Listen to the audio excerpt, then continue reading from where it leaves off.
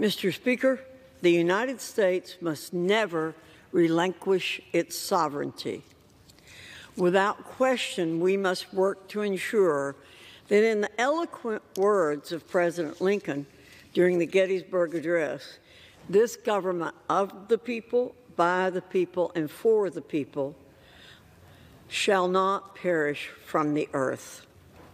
The power bestowed upon our government is derived from the will of the American people, not by foreign governments or organizations that siphon away our money as if we were a cash cow.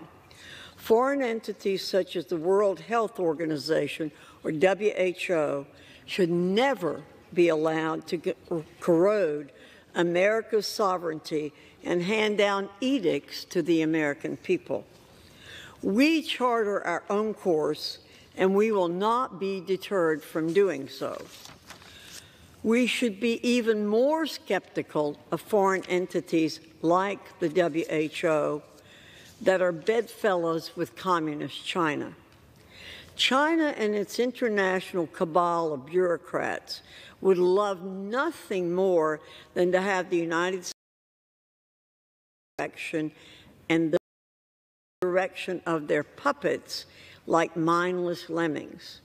They are hell-bent on controlling our God-given freedoms at the expense of our livelihoods. This cannot and will not be allowed to stand. My amendment strengthens the underlying bill to ensure that H.R. 1425 will slam the door on any attempt to allow international bureaucrats at the WHO to undermine U.S. sovereignty and the will of the people.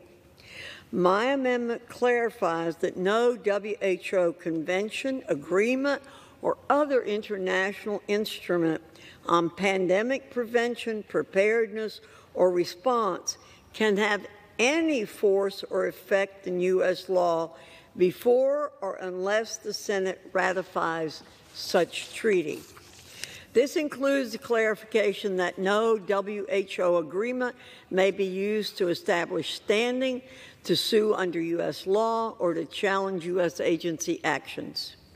Only if the American people's representatives have spoken, with 2/3 of the Senate ratifying any WHO agreement, should it be allowed to have any impact on U.S. law.